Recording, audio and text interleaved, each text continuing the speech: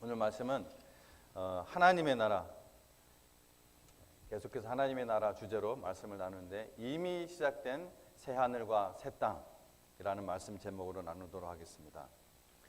성경은 예수 그리스도의 그 부활의 때를 이 새로운 세계의 시작으로 보고 예수 그리스도께서 다시 재림하시는 그때를 새로운 세계의 완성으로 봅니다. 여러분, 제가 오늘 이제 말씀을 전하는 것을 주의 깊게 잘 들을 필요가 있습니다. 사실 어떤 신학적으로 굉장히 중요한 진리를 여러분 전하는데 이것이 성경 말씀에 곳곳에 산재되어 나타납니다. 근데 이것을 잘 우리가 깨닫는 것이 우리의 이 현재의 삶 속에서 하나님의 나라를 경험하며 사는데 아주 핵심적인 진리예요. 근데 많은 성도님들이 이거를 망각을 하거나 그러니까 잊어먹거나 모르고 살아가요. 이게 굉장히 중요한 겁니다. 이게 굉장히 중요해요. 다시 한번 말씀드릴게요. 성경은 예수 그리스도의 그 부활의 때를 새로운 세계, 즉 오늘 말씀하는 의미로 표현을 하면 새 하늘 새 땅의 그 시작으로 보고 예수 그리스도의 그 재림의 때를 새로운 세계, 즉 새 하늘 새 땅, 그것의 완성으로 가르치고 있습니다. 이것을 오늘 제가 여러분하고 나누고자 하는 거예요. 여기서 새로운 세계란 이사야서 65장, 그리고 66장, 그리고 베드로전서 3장, 그리고 베드로후서 3장, 그리고 계시록 21장에서 오늘 읽었던 말씀에도 나오죠. 표현한 그 새 하늘 새 땅입니다. 이거를 세자로 얘기하면 신천지. 근데 소위 이단인 신천지가 가르치는 새 하늘 새 땅을 그 개념을 말하는 것이 결코 아닙니다. 또한 여기서 새로운 세계란 예수님께서 말씀하신 이미 임하신 하나님의 그 왕국을 말합니다. 그리스도를 통해 이미 시작된 이 새하늘 새 땅에 참여하는 자가 바로 영광스러운 그 하나님의 왕국에 참여하게 됩니다. 거꾸로 얘기하냐면 이 땅에서 이미 시작된 새하늘 새 땅, 이 하나님의 왕국에 참여하지 않는 자는 혹은 못한 자는 천국의 영광에 참여하지 못합니다. 그것이 성경의 가르침입니다. 하나님께서 인간이 타락한 그 시점에서 아담과 여자를 진멸시키고 다른 인간을 창조하셨다면 인류 가운데 이런 사망과 고통도 고생도 없을 것이다. 아마 여러분 이런 생각을 해보신 적 있을 것입니다. 그런데 왜 하나님께서는 아담을 900살이 넘도록 이 땅에서 살게 하시면서 그의 후손으로 또한 이 땅에 가득하게 하셨을까? 그런 생각 해보신 적 있으시죠? 또한 노아의 때에도 마찬가지예요. 그 노아의 때에 홍수로 그냥 전 인류를 싸그리 멸망시키고 다른 인류를 창조하셨다면 이런 문제는 없을 것 아닌가. 누가 주의 마음을 알았느냐, 누가 주의 모사가 되겠느냐 라고 외친 이 바울은 이런 질문에 대한 대답을 로마서 8장에서 밝히고 있습니다. 나중에 여러분 그 성경 말씀을 주의 깊게 읽어보시기 바랍니다. 우리가 지금 말할 수 없는 고난 속에 있다고 하더라도 장차 우리에게 나타날 그 영광과는 이 고난을 통과한 우리 구속된 하나님의 백성들에게는 우리에게 나타날 그 영광과는 좋게 비교할 수 없어서 그 고난을 완전히 깡그리 잊어먹을 정도로 그 영광이 너무나 큰 거죠. 우리가 마치 아이를 잉태하거나 또 해산할 때 그 고통이 엄청나지만은 아이를 낳고 나서 아이를 얻었을 때 그 기쁨이 그 모든 고통들과 아픔들을 다 망각하게 하는 것처럼 그것과도 비교가 안 되죠. 그래서 그거가 비교할 수 없어서 우리에게 있는 모든 것을 통하여 또 하나님은 하나님의 선을 우리를 통해서 이루어가고 있지 않습니까? 이게 아주 오묘한 섭리예요. 놀라운 은혜인 것입니다. 아담의 타락으로 피조 세계를 신음 속에 있게 하심은 그리스도의 피로 이 피조물의 탄식과 고통을 제거시키기로 하나님께서 작정을 하시고 이제 일이 바로 우리 그리스도의 영을 받은 이 사람으로부터, 그리스도의 영을 받은 이 성도로부터 시작된 거예요. 굉장히 놀라운 것입니다. 하나님 은혜예요. 그러므로 그리스도의 이 재림의 날, 우리가 온전한 영광을 입을 때 우리뿐만 아니라 다른 모든 피조물, 이 모든 하나님께서 창조한 피조 세계도 온전한 구속을 받아서 그 영광에 참여할 것이라고 로마서 8장에 나와 있는 거예요. 이러한 진리를 에베소서 1장 10절은 단 한 구절로 이렇게 표현을 하고 있습니다. 하늘에 있는 것이나 땅에 있는 것이 다 그리스도 안에서 통일되게 하려 하심이라. 우리를 구속하신 이유가. 다시요. 하늘에 있는 것이나 땅에 있는 것이 다라는 것은 모든 피조물 말하는 거예요. 하나님이 창조한 모든 것들, 동물이고 뭐 다 그런 것들을 그리스도 안에서 통일되게 하려 하심이라. 누구를 통해서? 교회를 통해서, 구원받은 성도를 통해서, 그리스도 안에서. 굉장히 묵직한 이게 진리입니다. 여기서 통일의 이 헬라어의 의미는 문맥 속에서 결정해야 되는데, 여기서 말하는 통일은 이건 그 사전에 아예 그렇게 나와요. 이런 표현으로 문맥 속에서 결정해야 된다고. 근데 본문에서는 어떤 의미를 갖느냐? 모든 학자들이 새 창조를 의미한다고 얘기합니다. 새 창조 혹은 재창조. 즉, 온 피조물들이 새 하늘, 새 땅으로 창조된다는 거예요. 바로 교회에서, 주님의 몸인 교회를 통해서.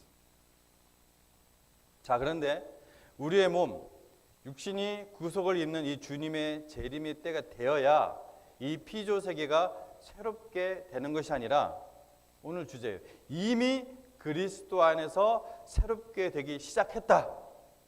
이렇게 성경을 가르친다는 거예요. 그 대표적인 말씀이 바로 고린도후서 5장 17절 말씀입니다. 그런즉 누구든지 그리스도 안에 있으면 새로운 피조물이라. 이전 것은 지나갔으니 보라 새 것이 되었도다. 이것이 단지 나 개인의 구원, 이것만을 얘기하는 것이 결코 아니에요. 즉 그리스도 안에서 각 개인은 새 사람이 되었고, 피조 세계는 놀라운 새로운 피조 세계가 되었다는 것입니다. 그리스도께서 새롭게 하심으로 이 세상이 새롭게 된 그 시점이 미래의 재림의 때가 아니라 바로 그리스도 안에서 이루어졌기 때문에, 바로 그리스도 안에서 새롭게 된 그 시점에 이루어졌기 때문에 벌써 시제적으로도 그 말씀에 과거에 시작되었다 이렇게 말씀하는 거예요. 보라 새 것이 될 것이다 아니죠. 보라 새 것이 되었도다. 그리스도의 그 구속의 사건이 과거에 실제로 발생한 역사적인 그런 사실이기에 이 피조 세계가 새롭게 되는 것도 바로 그 그리스도의 사역과 일치하여 과거에 시작되었다고 성경은 통일되게 가르치고 있는 것입니다. 그래서 이것을 학자들은 이미와 아직, already, not yet, 혹은 D-Day와 V-Day, Victorious Day 이렇게 표현을 합니다. 따라서 그리스도의 부활 이후를 새로운 세계, 새 하늘, 새 땅, 새롭게 시작된 하나님의 왕국의 이 시작으로 보고 그리스도의 그 재림의 때를 뭘로 본다고요? 완성으로 보는 것입니다. 골로새서 1장 13절에서 14절 말씀에서도 이 진리를 가르치고 있어요. 그가 우리를 흑암의 권세에서 건져내사 그의 사랑의 아들의 나라로 옮기실 것이니 아니면 옮기셨으니? 옮기셨으니 완료형이에요. 그 사랑의 나라로 옮기셨으니 그 아들 안에서 우리가 곧 구속, 죄사함을 얻었도다. 성경이 이렇게 여러 곳에서 굉장히 많아요. 이런 구절들이. 여러 곳에서 반복해서 말씀하시는 이유는 뭐예요? 이 진리가 매우 중요하다는 것입니다. 네, 이 진리는 이 그리스도인이 이미 시작된 하나님의 왕국을 경험하는 자녀로서 살게 하는 아주 치명적으로 중요한 진리입니다. 하나님의 자녀로 거듭났음에도 불구하고 이 진리 안에 있지 못하면은 그 하나님의 왕국의 그 놀라운 것들을 경험하지 못하고 살아간다는 얘기예요. 마치 크루즈, 자주 표현하죠. 제가 크루즈선에 딱 올라타긴 했는데 배 쫄쫄 굶으면서 목적지까지 갔다 오는 거예요. 보세요. 우리 성도님들은 이미 하나님의 나라로 어떻게 됐다? 옮겨졌다. 아멘. 이 말씀만 읽으면 아직도 하나님의 나라가 어떤 추상적인 개념으로만 느껴질 것입니다.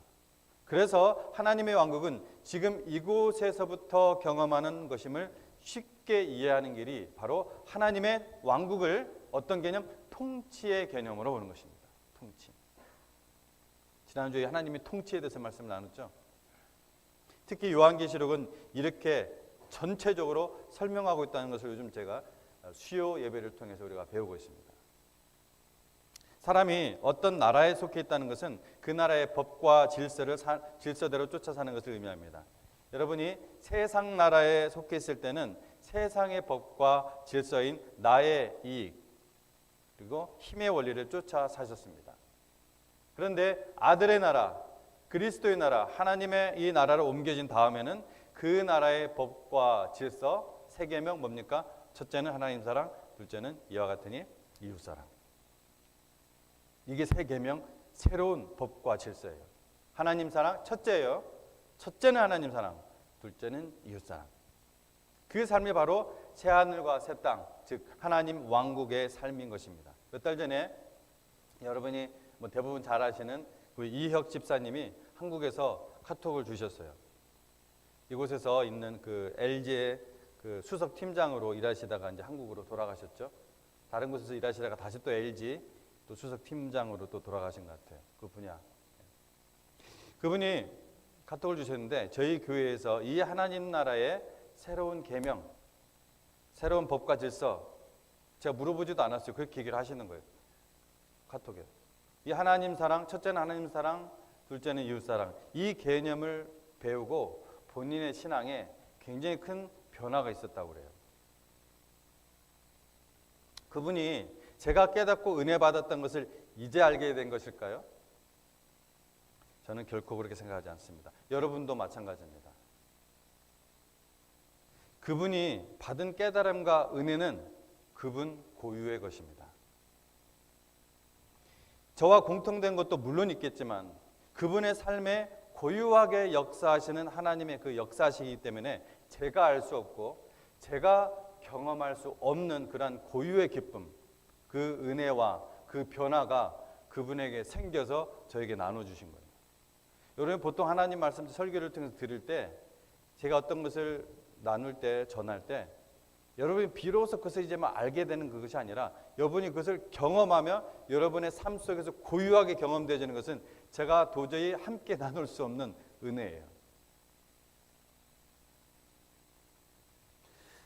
여러분이 지금 이곳에서 하나님 나라의 질서 속에서 잘 살아내고 있다면 여러분은 그 삶 속에서 여러분의 삶에만 주실 수 있는 하나님의 그 평안과 기쁨과 행복을 누리며 살고 계시는 거예요. 저는 경험할 수 없는 부분이에요. 그래서 목사인 제가 여러분과 교제하면은 제가 도전을 받고 격려를 받고 은혜 받는 거예요. 저는 설교를 통해서 여러분에게 하지만 여러분의 삶을 나눠주심을 통해서 제가 은혜를 받는 것이죠. 우리 주위에도 희생하시고 손해보시고 섬기시면서도 항상 행복해 하시는 분들이 있어요. 사랑은 희생하고 또 손해보고 섬기고 자아가 감추어지는 곳에 잘 나타나기 때문에 그렇습니다. 지식이 아니고 학벌도 아니고 똑똑함도 아니고 바로 사랑이 하나님 왕국의 새로운 법과 질서입니다. 바로 그 삶이 이 땅에 시작된 새하늘과 새 땅의 삶인 것입니다. 그 새하늘과 새 땅의 삶의 원리로 살아가는 사람들 속에 어떤 다툼과 오늘 읽었던 그 애통함과 이런 슬픔이 사라지게 되는 거예요. 그리스도 안에서 이 일이 일어나기 시작한 거예요. 눈물을 닦아주시는 거예요.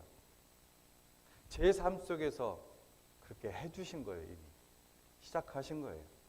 이제는 이런 일로 말미암아, 이런 아픔으로 말미암아, 그것이 나의 은밀한 무슨 비밀인 듯, 나만 가지고 있는 독특한 그런 아픔인 듯, 굉장한 이만한 것인 듯 슬퍼하고 스스로 우려하고 스스로 고통받고 했으나, 이제는 그리스도께서 내 안에 들어오심으로 말미암아 하나님께서 그런 것들을 닦아주시는 거예요.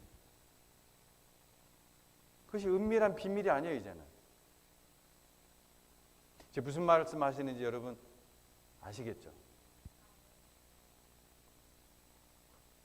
우리 인간들이 왜 슬프고 애통하고 고통스러워합니까? 그 삶의 중심이 나이기 때문에 그렇습니다. 철저한 이기심이 오히려 나를 고통스럽게 만드는 거예요. 다른 사람보다 내가 더 손해보는 것 같고, 다른 사람과 비교해서 그 사람들보다 내가 덜 행복한 것 같아서 그런 것들이 조금씩 누적돼서 그렇게 생기는 것이 아닌가요? 그래가지고 쉽게 상처받고 또 쉽게 우울해져서 거기서 빠져나오지 못합니다. 하나님의 그때마다 완전한 치료약이 여기 있습니다. 첫째는 하나님 사랑, 둘째는 이웃 사랑. 완벽한 치료약입니다. 완벽한 치료약. 하나님 사랑이 반드시 먼저입니다. 그래야 그 하나님 사랑의 그 은혜로, 그 마음과 그 능력으로 이웃 사랑이 가능해져요. 안 그러면 실패합니다. 이웃 사랑도. 더 잘못하다가 더 큰 상처를 받아요. 이건 마치 계단식 논의 물과 같습니다. 거꾸로는 안 돼요. 그게. 여러분 계단식 논 아시죠? 산 비탈에 있는 그 계단식 논. 물이 위에서 아래로 흐르면서 그 논에 물이 계속 아래로 적셔지잖아요. 여러분 먼저 하나님 사랑하시나요? 실천적으로 볼 때 먼저 하나님 사랑한다는 말은 오직 하나님 사랑입니다. 오직 하나님 사랑. 오직 하나님 사랑하는 자는 하나님 앞에서 회개하고 또 감사하고 말씀을 듣는 그런 예배를 사모하게 돼요. 하나님 사랑하니까. 그래서 우리가 능력을 받는 거예요. 은혜를 받고 그것으로 비로소 이웃을, 원수 같은 이웃도 사랑하게 되는 거예요.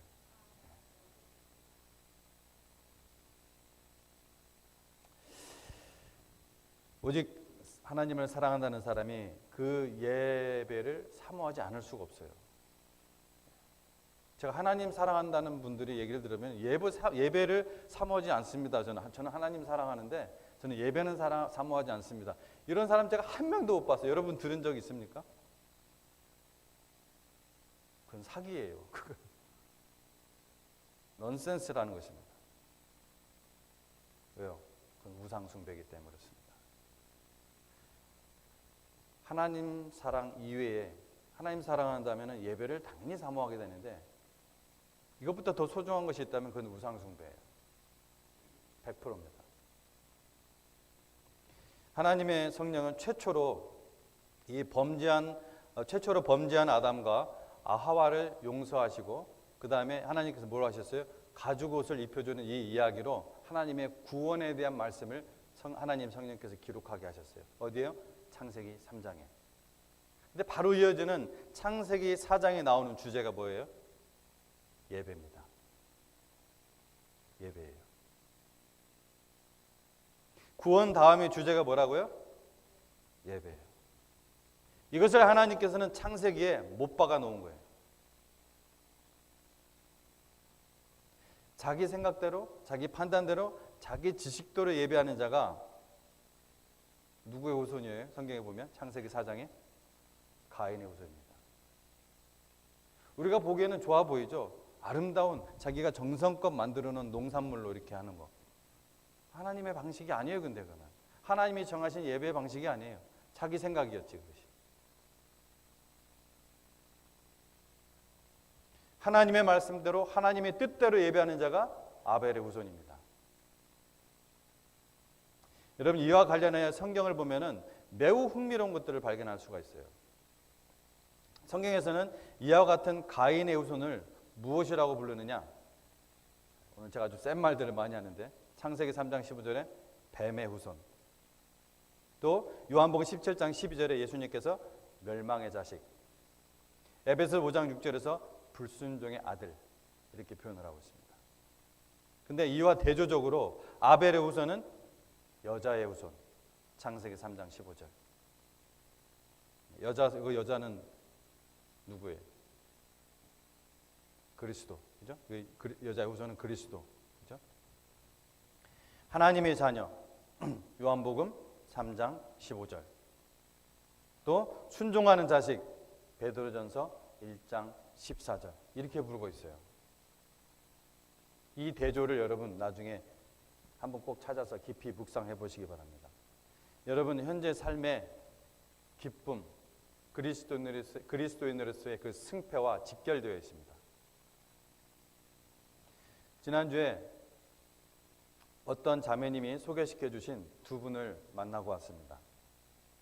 그동안 미국 교회를 다니시면서 사위되는 분과 함께 예배를 쭉 드려왔는데 사위가 이제 펜실베니아로 가게 돼서 한국 교회로 인도하심이 있는지 진지하게 기도하고 있는 분들입니다.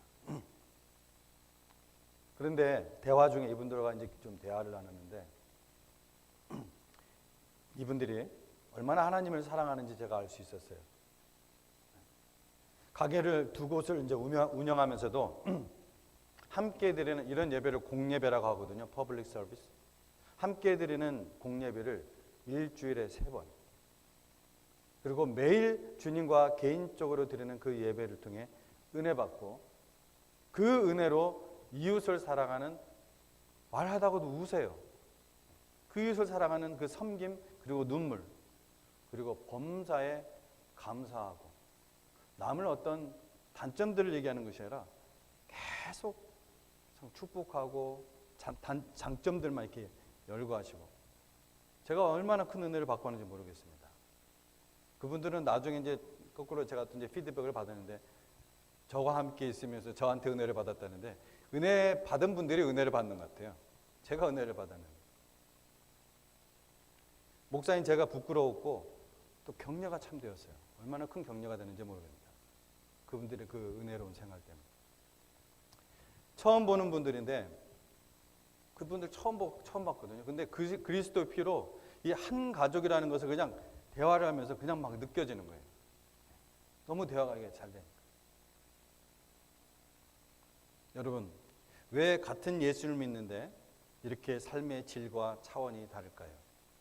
왜 어떤 성도는 지금 이곳에서 이미 시작된 하나님의 왕국을 경험하고 고난 속에서도 그 고난을 완전히 잊게 할 엄청난 영광을 바라볼 수 있는 비전, 그런 눈을 가지고 있을까요?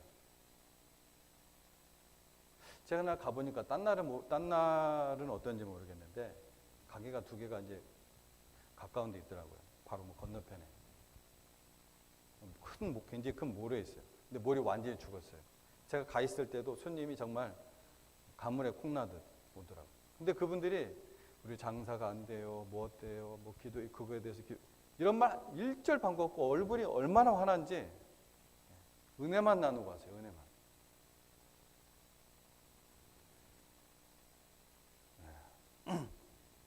그러니까 그 고난 속에서도, 그 어려움 속에서도 그 고난, 그 어려움들을 완전히 잊게 할 엄청난 영광을 바라볼 수 있는 그런 비전, 그런 눈을 가지고 계시더라고요.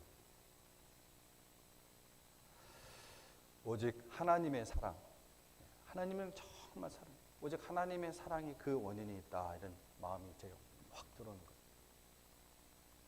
먼저 오직 첫째 하나님을 사랑하는 자는 비로소 진실되게 이웃을 사랑할 수가 있습니다. 이것이 거꾸로 되면 그것은 자기의 의이고 위선입니다.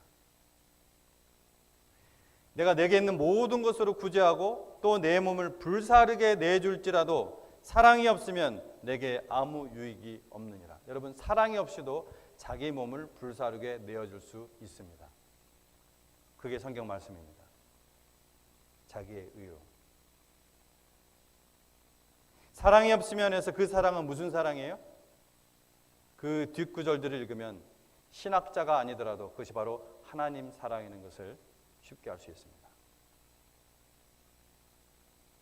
하나님을 사랑하는 자가 하나님의 사랑을 할 수가 있습니다.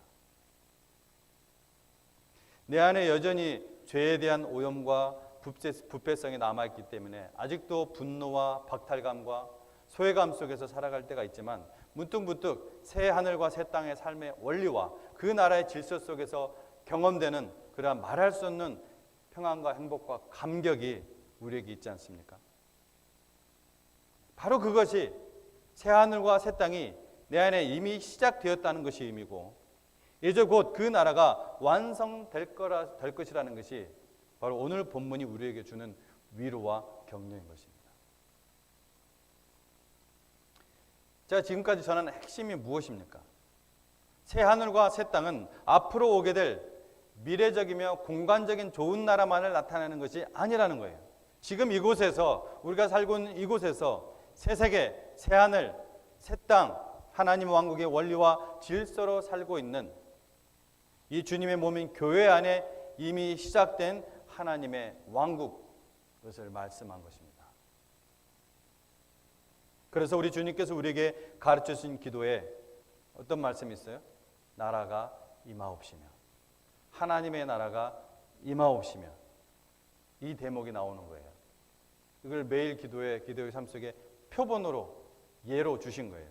이는 사람들이 구원의 종말론적인 어떤 축복, 미래적인 그 축복을 미리 이곳에서 미리 누림에 따라 하나님의 그 구속적인 그 통치가 계속 확장되게 하소서, 그 나라가 완성되게 하소서, 이런 기도입니다. 그냥 쉽게 간단히 말하면 하루속히 그 하나님의 복된 통치를 기뻐하며 죄의 질서, 이기적인 질서가 아닌 하나님 나라의 질서에 순종하는 자로 만들어 주소서, 이런 기도입니다. 새하늘과 새 땅은 어떤 곳이겠습니까? 천지 만물이 그리스도 안에서 새롭게 창조되고 하나로 재통일되어서 다시 하나님의 영광을 충만히 발산하고 그분께 순종하며 그분을 자랑하며 그분을 찬양하는 상태로 회복되는 것이 새하늘 새 땅 아니겠습니까? 그러므로 우리의 찬양은 날마다 부르는 찬양은 저번 때 불렀던 그 찬양이라 할지라도 새 찬양인 것입니다. 그래서 이사야에서 그 회복된 땅의 그 하모니를 어떻게 표현을 하세요? 어린이가 독사굴 속에 손을 넣어도 다치지 않고 사자와 어린 양이 함께 거하는 곳이라고 표현을 한 거예요. 모든 피조 세계가 완전히 회복되는, 다시 원래 그 창조의 목적으로 돌아간 상태를 말씀하는 것입니다. 이제 그 새하늘과 새 땅에는 영원히 타락하지 않는 새로운 사람들이 필요한 것입니다. 그 새하늘과 새 땅에 필요한 이 새 사람들을 창조해 내시기 위해 하나님께서 예수 그리스도를 이 땅에 보내신 것입니다. 그러므로 예수 그리스도 안에서 새롭게 창조된 피조물, 그래서 이미 시작된 이 새하늘 새 땅 하나님의 왕국에 참여하는 자만이 지금도 계속해서 우리에게 오고 있는 그 영원한 하나님의 왕국에 참여할 수 있다는 것입니다.